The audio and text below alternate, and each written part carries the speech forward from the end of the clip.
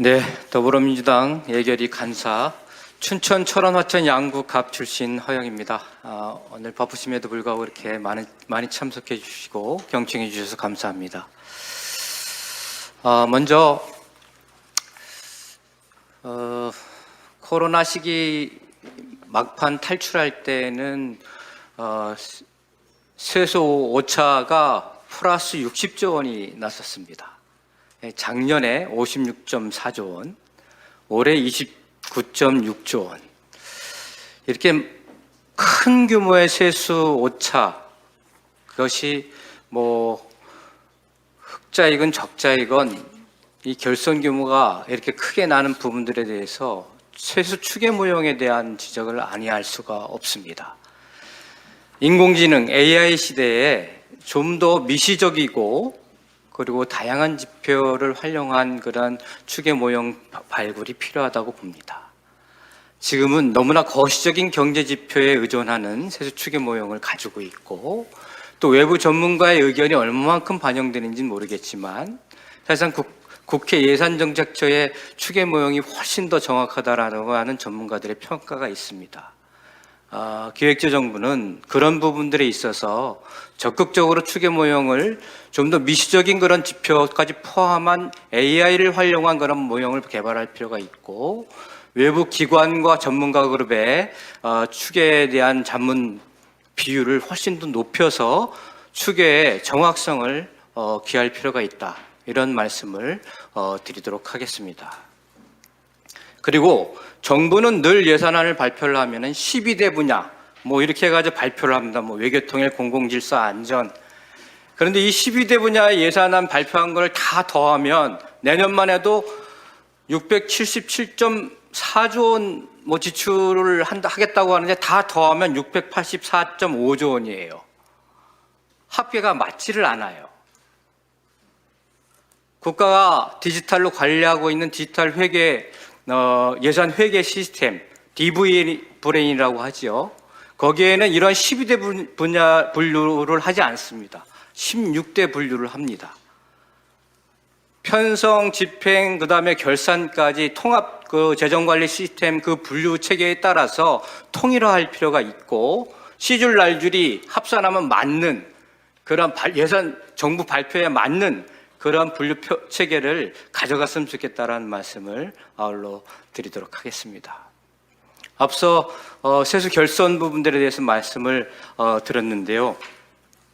이러한 대규모 세수 추계 오차에 따른 세수 결손은 차치하더라도 그동안 대기업과 초부자 감세로 인해 가지고 세수가 감소하고 그 결과 또 감소된 그런 세입에 따라서 재정을 하니까 재정 건전성 유지를 할 수밖에 없어서 긴축 재정을 하게 되고 그 긴축 재정은 잠재 성장률을 저하시키고 저하된 성장률 하에 있어서는 또다시 세수가 결손되는 그런 악순환의 고리가 이어질 수밖에 없는 것입니다. 2008년 금융위기 시기에 유럽에서 이러한 긴축 재정을 해서 사실상 폭망했습니다. 그때 여러 전문가들이 그런 진단을 내렸습니다. 자멸적 긴축 재정이라고. 지금 내년도 예산은 우리 국가가 자멸적 긴축 예산을 편성했다라고 평가할 수밖에 없다고 저는 생각합니다. 그럼 구체적으로 왜 그런 평가를 할 수밖에 없는지 말씀을 드리도록 하겠습니다. 이런 세수 결손을 어디에 떠넘겼습니까? 지방교부금과 그리고 교육재정 교부금 불용 처리해가지고 감액 삭감했지요. 그 규모가 9.7조 원입니다. 그런데 이게 심각한 또 악순환의 고리들을 만들어낼 수밖에 없습니다. 강원도만 해도 재정자립도가 10% 미만인 지자체가 수두룩합니다. 전국도 마찬가지이고요. 윤석열 정부는 보기 좋게 지방시대를 선포했지만 이대로 가면은 지방시대가 아니라 지방고사시대가 될 것입니다. 지방재정을 이렇게 감액해가지고 부정처리하고 내려보내지 않으면 결국 뭐 재정안정화기금 이용한다고 하지만 재정안정화기금을 충분히 쌓아놓지 못한 지자체는 지자체장이 하고 싶은 그런 어떤 재량 사업을 지를 수밖에 없고, 또 심지어는 자체 세수로 인건비조차도 못 주는 그런 지자체가 수두룩한데 이것을 그냥 떠넘기고 있습니다. 이건 지방자치법 위반 사항입니다. 국가의 부담을 지방자치에게 부담을 전가할 수 없다라고 하는 명확한 그런 법률적 규정이 있습니다. 그것도 다 주지도 않습니다. 차천연도에 정산을 해줘야 되는데 주지도 않습니다.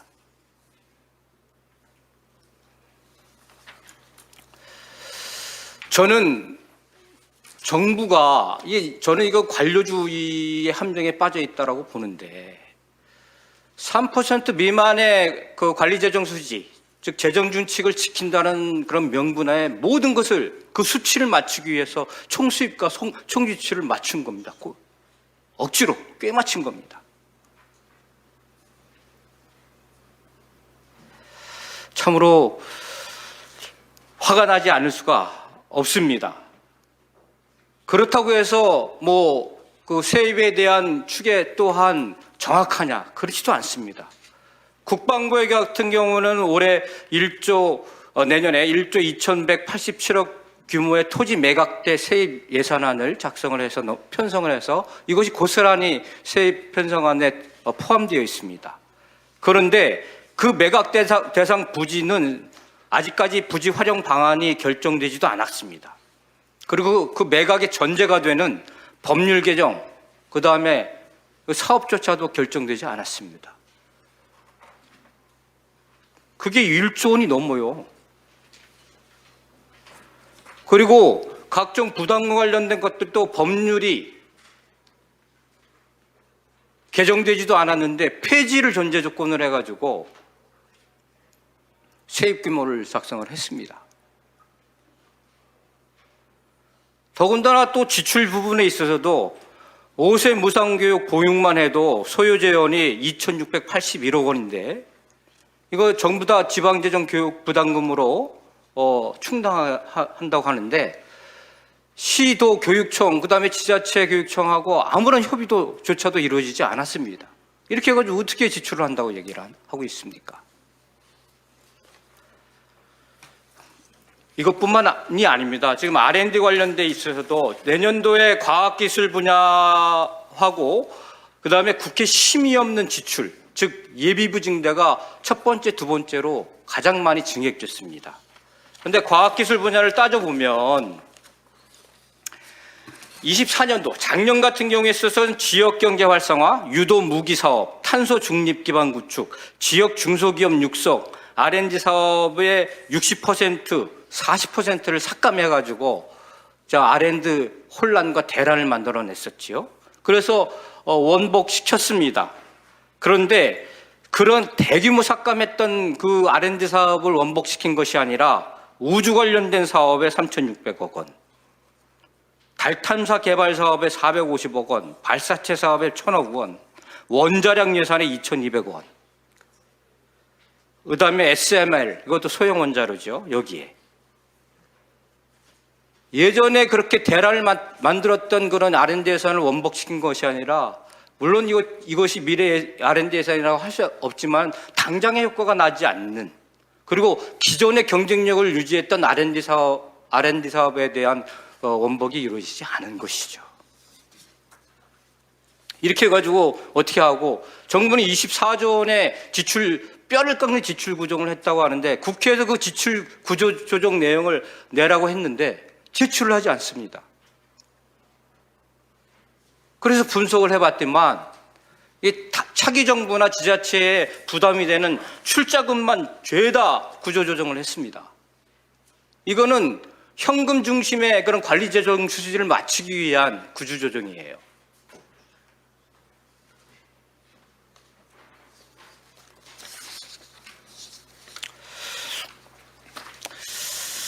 여하튼 너무나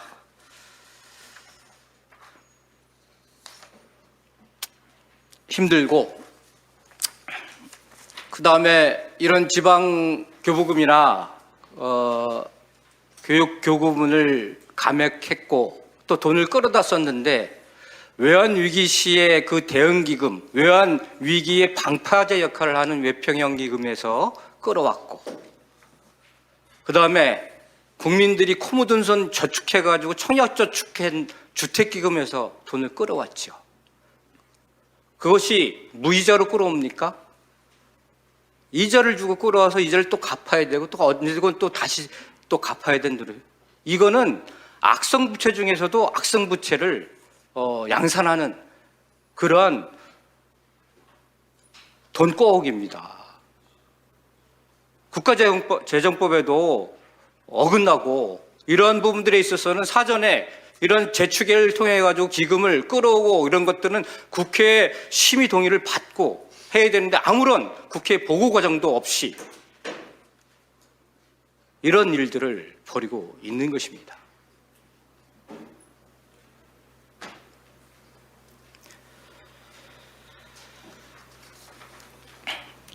국회는 무슨 기관입니까? 그냥 정부가 편성한 거 예스 하고 자동 부의돼 가지고 그냥 12월 2일 되면 땅땅땅 두드려야 되는 아무런 권한이 없는 그런 기관입니까? 아니지 않습니까? 예비비조차도 지출하고 난 다음에 반드시 국회에 보고해서 사후 승인을 받도록 되어 있습니다.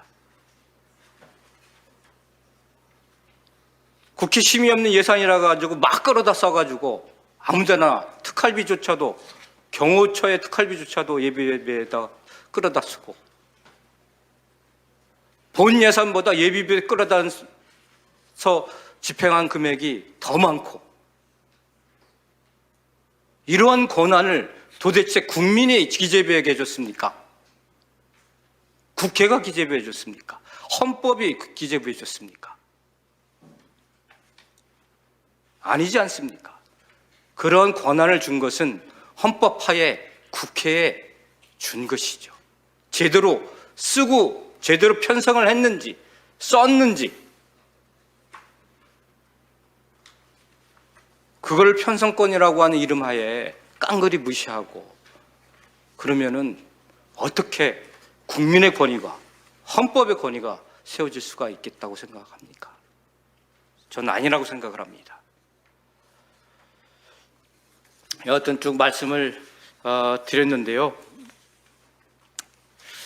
그래서 이번 민주당은 그러한 부분들에 있어서 잘못 편성된 예산은 과감하게 삭감을 하고, 또 권력기관들이 국민의 세금을 쌈짓돈처럼 지출 증빙 없이 쓰는 그런 모든 부분들에 있어서 과감한 삭감을 하고, 또 부자 감세, 대기업 감세 부분들을 최대한 저지해서 증액 효과를 만들어내서 만든 금액을 지역경제 활성화와 그 다음에 미래 대비 예산과 AI 투자 예산과 R&D 예산, 보건과 그리고 청소년, 저출생, 그 다음에 어제 한덕수 총리가 대통령 대신해서 예산 시정연설을 했는데, 기후 관련된 얘기가 전체 6,900자가 넘는 연설물 중에서 기후자 한 번 딱 나왔습니다.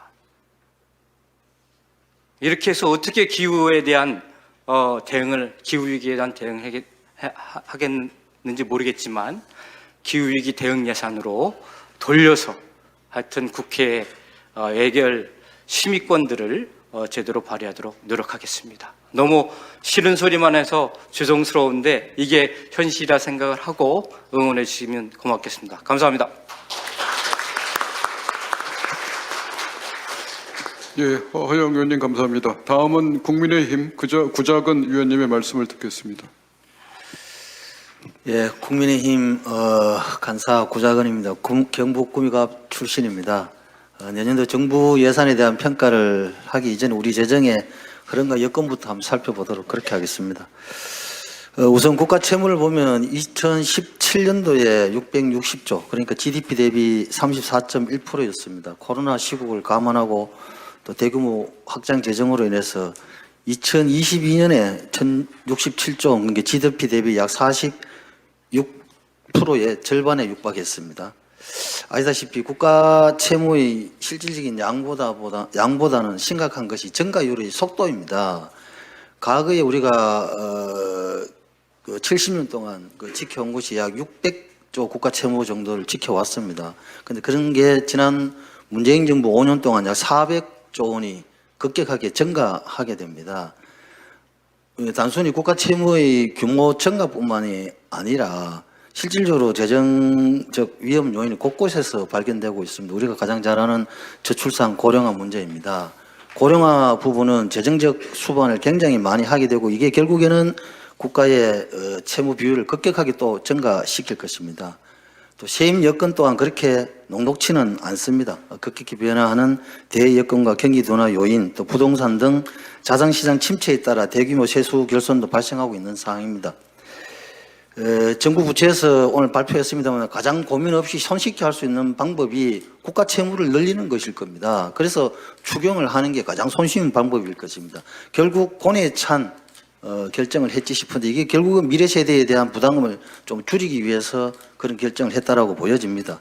우리가 이 재정이 이 건전성 또 세임 여건 경제 사항 등을 종합적으로 고려했을 때 재정 지속 가능성을 무엇보다도 중요한 기준으로 삼았을 거고 그리고 그러면서도 민생 경제는 뒷받침해야 되고 또 약자를 위한 예산은 또 확대해야 되는 그런 상황일 것입니다. 이런 고차방정식의 해법을 찾느라 실질적으로 재정 당국에서 많은 고민과 고생이 정말 많았을 것이라 그렇게 보여집니다. 우선 가장 중요한 기준은 재정의 건전 재정 기조를 확실히 지켰다고 보여집니다. 677.4조 원, 올해 대비 3.2% 증가된 금액입니다. 이러한 배경에는 당연히 미생과제 해결을 위해 필요한 투자는 아끼지 않되 간행적으로 비효율적 사업들은 가감히 축소하는 지출 효율화를 추진해온 덕분일 것입니다. 총지출 증가율을 이전 정부보다 훨씬 낮춘 것과 함께 관리재정 수지도 마이너스 2.9%로 재정 적자를 축소하여 재정의 지속 가능성을 제고했고 중기 재정 건전성 관리도 지속해 2025년 이후 관리 재정 수지 비율을 마이너스 3% 이내에서 단계적으로 개선하고 국가 채무 GDP 대비 비율이 우리 기재부 예산실장 발표에서 보니까 2027년 말까지 50% 수준으로 관리가 가능할 것으로 보입니다. 또한 위급이 편입된 가시적 성과도 높이 평가할 부분이라고 생각합니다. 재정 건전성의 방점으로 복지 분야나 취약계층 지원 부분이 약해지는 것이 아니냐, 이렇게 많은 이 상임위 과정에서도 우려도 있었습니다만은 복지 지출 증가 비율을 비교해 보면 문재인 정부 5년 동안 총지출 대비 1.2배에 그쳤으나 이번 정부 2년 동안 총지출 대비 1.8배로 나타났습니다. 저소득층 핵심 지원인 생계급여만 비교해 보더라도 지난 정부 5년 동안 총 19만 6천 원 증가되었습니다만은 내년 정부안대로 된다면 이번 정부는 3년 안에 월 41만 5천 원이 늘어나게 됩니다. 장애수당 같은 경우에도 지난 정부 5년 동안 동결이었는데 이번 정부에서 3만 원 인상이 되고 체중증 발달 장애인에 대한 1:1 돌봄 체계 완비와 긴급 돌봄 신규 지원 등을 통한 장애인 처우 개선에 깊은 고민과 해결 방안을 제시하고 있습니다. 국가 미래가 달린 저출생 위기 극복을 위해 육아휴직 급여의 상한도 월 150만 원에서 250만 원으로 대폭 인상했고 육아휴직 급여도 25%를 복직 후에 6개월 이상 근무 시 지급하던 사후지급금을 폐지하여 휴직 기간 중 소득을 안정적으로 보장하고자 하고 있습니다. 대체 인력 지원금과 육아휴직 업무 분담 지원금 신설 등 저출생 대책 중 효과가 가장 좋은 일가족 양립을 위한 예산 정책 확대도 긍정적으로 평가됩니다. 또한 미래 성장 동력을 할 수 있는 청년 예산과 일자리 예산도 대폭 확대, 국가 장학금 수혜 대상도 확대를 하고 주거안정 장학금도 연 240만 원 신설됩니다. 구인이 힘든 뿌리 산업 등 비어있는 일자리 중소기업에 취업하는 청년들을 위한 지원 패키지 신설도 상당한 효과가 있을 것으로 기대됩니다. 내년도 예산을 심사하는 방향에서는 상황이 녹록치는 않습니다만은 우리 예산실장도 말씀이 있었습니다만 처리 시한을 준수하기 위해 노력하겠다는 말씀 드리겠습니다. 최근 2년 연속 법정 기한과 정기국회 기간을 모두 놓친 바가 있습니다. 경기 부양을 위한 예산 조기 집행 차질이나 지방정부 매칭 사업비 확보의 난항 등을 감안하면 예산안 처리 시점이 늦어지면 실질적으로 민생에 피해가 발생하므로 반드시 처리 기한을 준수할 수 있도록 우리 여기 계신 우리 존경하는 우리 허영 간사님과 또 야당과도 충분하게 소통하도록 하겠습니다. 예산안의 구체적 내용과 관련해서는 불효불급한 사업이나 민생 현장의 요구와 맞지 않는 사업은 없는지 또 철저히 살펴보고 시혜성 있고 큰 효과가 기대되는 사업은 적극적으로 정액하도록 하겠습니다. 특히 국가의 미래를 위한 최우선 과제의 선택과 집중을 하도록 하겠습니다. 저출생 대책과 실질적으로 거리가 먼 사업들이 많다는 상임위나 여러 의원들 지적이 있었습니다. 저출생 위기 극복을 위한 불급한 사업은 정리하도록 하고 각종 정책에 있어서도 단순 현금 지급성 지원을 넘어서 근본적인 패러다임을 바꾸는 데 집중하겠습니다. 또한 지방 소멸과 지방 경제 위기라는 말들이 계속 나오고 있는데 지역 경제 활성화와 지역 주민들의 삶의 질을 개선하기 위한 예산 확보에 힘쓰도록 하겠습니다. 마지막으로 청년 대책 또 일자리 대책과 관련해서는 양질의 일자리는 결국 기업이 만드는 것이라 생각합니다. 정부의 기업이 공정한 경쟁 무대에서 성장할 수 있도록 서포트하는 역할에 초점을 두도록 하겠습니다. 여기에 고령화로 인한 계속 고용 문제와 함께 고용 안정성과 우리 유연성 문제 등 다양한 정책들이 국가 예산에 조화될 수 있도록 그렇게 하겠습니다. 우리 국가재정법 1조는 효율적이고 성과지향적이며 투명한 재정 운영과 건전 재정의 기틀을 확립하고 재정 운영의 공공성을 정진하는 것이라고 규정하고 있습니다. 아시다시피 경기 침체로 인해 재정 여건이 그 어느 때보다도 실질적으로 좀 어렵습니다. 한정된 예산을 가지고 효율적인 곳에 투입해야 하는 그런 상황입니다. 또한 경제적인 상황은 날로 변하고 있고 AI 등 신기술의 급격한 발전으로 노동시장도 빠르게 변하고 있는 만큼 정부가 보다 효과적인 예산 사업을 통해 이러한 변화에 선제적으로 대응할 수 있도록 저희들 국민의힘도 노력하도록 하겠습니다. 아시다시피 재정이 결코 하수분은 아닙니다. 또 공짜법도 없습니다. 결국은 누군가가 이 비용을 지불해야 된다는 마음을 깊이 새기도록 하겠습니다. 그리고 미래 세대에 대한 배려와 책임감을 가지고 예산 심사에 임하도록 하겠습니다. 감사합니다.